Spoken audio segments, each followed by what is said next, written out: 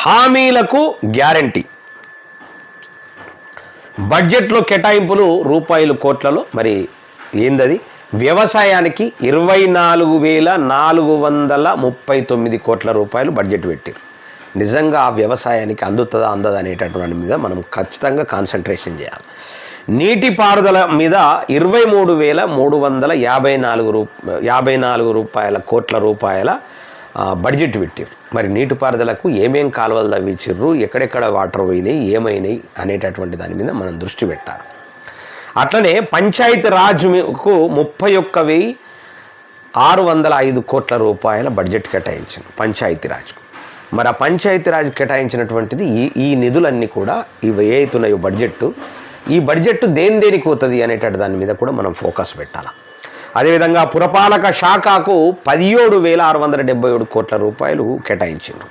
మరి అదేటు పోతుంది అనేటటువంటిది కూడా మనము ఖచ్చితంగా దాని మీద దృష్టి పెట్టాలి. అదేవిధంగా వైద్య ఆరోగ్యం మీద 12,393 కోట్ల రూపాయలని బడ్జెట్ పెట్టిర్రు.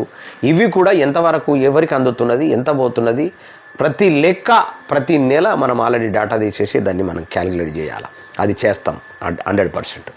అదేవిధంగా విద్య మీద 34,708 రూపాయలు 8 కోట్ల రూపాయల బడ్జెట్ పెట్టారు. 34,708 అంటే అన్నిట్ల కన్నా విద్య మీద ఎక్కువ పెట్టారు.